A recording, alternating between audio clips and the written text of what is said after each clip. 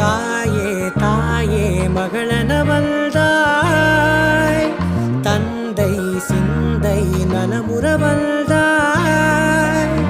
நீயே லோகம் என்று ஆனாய் பெண்ணே, என்னை ஆளும் தெய்வம் நீதான் கண்ணே. பெற்றது நானா இல்லை உன் மகனே நானம்மா. தாயே தாயே மகளனவள்தாய், தந்தை சிந்தை நலமுறவள்தாய்.